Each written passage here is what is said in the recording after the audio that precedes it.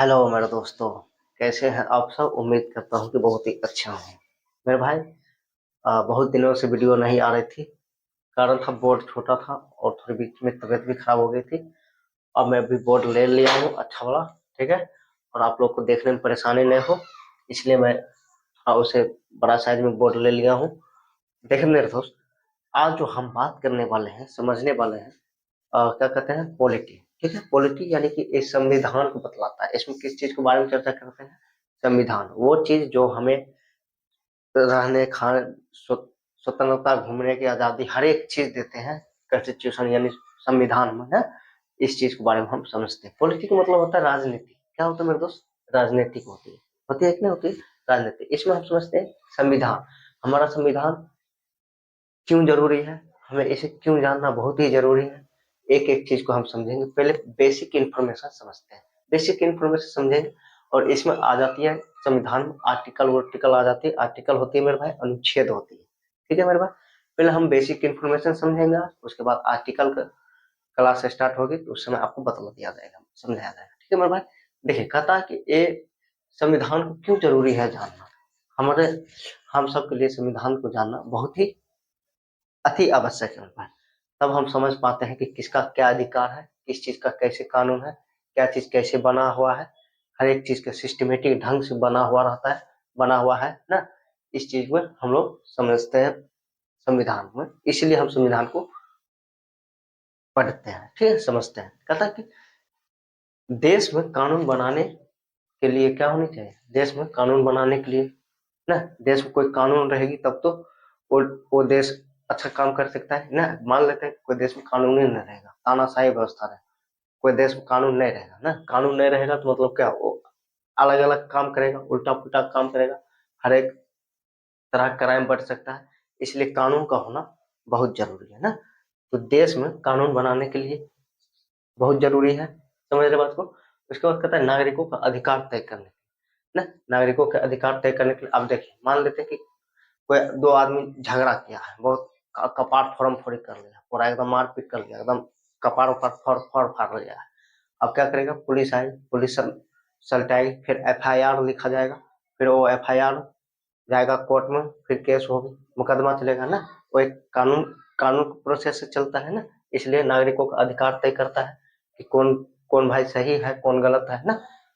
सरकार कैसी बनेगी, ये बतलाने के लिए हम लोग क्या है, जनता है। हम आप सब क्या हुए हैं, एक तरह की जनता हो। और जनता ही डिसाइड करती है मेरे भाई कि सरकार हमारी कैसी होनी चाहिए। सरकार उसे चुनी, सरकार कोई भी हो, बीजेपी को हो या फिर आरजेडी को हो या कांग्रेस की हो या कोई भी सरकार हो ना, जो देश के हित में काम करे मेरे भाई, जो इंफ्रास्ट्रक्चर, एजुकेशन फील्ड और अच्छी अच्छी मेडिकल सुविधा ना, इस चीज पर चर्चा करे, इस चीज पर काम करे ना, हमें उसे वोट करने चाहिए ना कि। नेक्स्ट देखिए, देश को एक सिस्टमेटिक सिस्टम में चलाने के लिए, कोई भी चीज को एक सिस्टमेटिक ढंग से चलाने के लिए क्या करना चाहिए, होती है ना सिस्टमेटिक ढंग से। आप पढ़ने के लिए जाते होंगे या सभी लोग पढ़ने के लिए जाते होंगे क्लास ट्यूशन में, क्या लेके जाते होंगे, कॉपी ले जाते होंगे, उस सब्जेक्ट को का कोई कोई बुक ले जाता होगा, वो सिस्टमेटिक ढंग से पढ़ाता है ना, समझाते हैं ना। उसी तरह क्या होनी चाहिए, एक देश को एक सिस्टमेटिक में चलाने के लिए कानून होनी चाहिए। ठीक है। उसके बाद कहते हैं भारतीय संविधान की विशेषताएं। इसमें विशेषताएं के बारे में समझते हैं, ये क्या क्या विशेषताएं है ना। विशेषताएं मतलब होती है क्या क्या चीज के बारे में हमें समझना है ना। इसमें दुनिया का सबसे बड़ा लिखित जो संविधान है, सबसे बड़ा और लिखित और लंबा संविधान, वो भारत का ही है मेरे भाई। कौन देश का है? भारत का ही संविधान सबसे बड़ा और सबसे लंबा और सबसे लिखित संविधान है। ठीक ना। इसमें जो थी ना पहले, इसमें जो थी अनुच्छेद की संख्या 1950, तो अनुच्छेद की जो संख्या थी 395 थी। कितनी थी पहले के अनुसार? 395 थी। और भाग था मेरे भाई, भाग 22 में था। भाग का मतलब होता है मेरे भाई, कोई किताब देखते हैं ना, कोई चैप्टर होता है ना, उसमें टॉपिक वाइज पढ़ते हैं, उसी तरह भाग होता है ना। एक ऐसे होगा भाग, ये होगा भाग। ठीक है मेरे भाई। तो मेरे भाग एक होगा, इसी तरह ऐसे ऐसे खांचा टाइप को बना रहेगा, ये दो होगा, ये तीन होगा ना। इस तरह की भाग रहती है, सिस्टमेटिक ढंग से बनी रहती है ना। इसमें भाग में आर्टिकल के बारे में हम लोग को समझना रहता है। समझ रहे बात को। ठीक है। चलिए मेरे भाई, तो पहले जो था ना भाग क्या था, भाग 22 वो था। और अनुच्छेद 395 थी। और अनुसूचियां जो होती है, अनुसूचियां 8 अनुसूचियां कितनी थी मेरे भाई? 8 अनुसूचियां। तो समझ गए हैं, भाग 22 पहले के अनुसार ना, भाग 22 उसके बाद अनुसूची 8 हो और क्या कहते हैं अनुच्छेद 395। लेकिन अभी जो है मेरे भाई वर्तमान में क्या किया गया था, संविधान को संशोधन किया गया था। कुछ संशोधन किया गया था, कुछ कुछ भाग को जोड़ा गया था, कुछ अनुच्छेद को जोड़ा गया है और कुछ अनुसूचियों को भी जोड़ा गया है, उसमें शामिल किया गया है ना। जोड़ा गया है यानी कि उसमें शामिल किया गया है, समझ रहे बात को। अभी जो है वर्तमान में जो अनुच्छेद की संख्या है, अनुच्छेद 448 हो गई है। और भाग जो है ना वो 22 न रहकर 3 और जुड़ गई है, 22 में 3 जुड़ गई है, क्या हो गई मेरे भाई? 25 हो गई है, ठीक है। और अनुसूचियां जो थी 8 पहले, अब 4 और जुड़ गया है, जैसे 8 ने रहकर अब हो गया है कितना, 12 अनुसूचियां हो गई है, ठीक है। तो ये अभी वर्तमान में ना, पहले के अनुसार, और ये अभी वर्तमान में इतना है। आप इसे एक स्क्रीनशॉट ले लीजिएगा, फिर मैं आपको अभी कुछ और समझाते हैं। नेक्स्ट टॉपिक, कॉन्स्टिट्यूशन असेंबली ना। ये क्या होती है, कॉन्स्टिट्यूशन का मतलब होता है संविधान, ठीक है। और असेंबली का मतलब होता है सभा, ठीक है, संविधान सभा, ठीक है। ये जो है मेरे भाई, ये जो जब लागू हुआ था, ये किस ईस्वी में लागू हुआ था? ये 1946 ईस्वी में लागू हुआ था। कब हुआ था? 1946 ईस्वी में लागू हुआ था, समझ रहे बात को। और इसमें जो कुल सदस्य थे, पहले कुल सदस्य की संख्या थी, यानी कुल आदमियों की संख्या थी, ये 389 थी। कितनी थी? 389 थी। लेकिन विभाजन हुआ था ना, जब विभाजन हुआ था ना हमारे देश का ना, बंटवारा हुआ था ना, पाकिस्तान उधर हो गया, इधर हो गया ना, उधर चला गया ना, बंटवारा हुआ था ना। जब बंटवारा हुआ था, ये संख्या 389 से घटकर कितना रह गई है? 299 रह गई। कितना रह गए थे? 299 हो गए थे। संविधान जो बुक जो लिखा गया है ना, कानून व्यवस्था, उसमें हर एक चीज आर्टिकल, वो एक व्यक्ति ने नहीं आहुति दी है।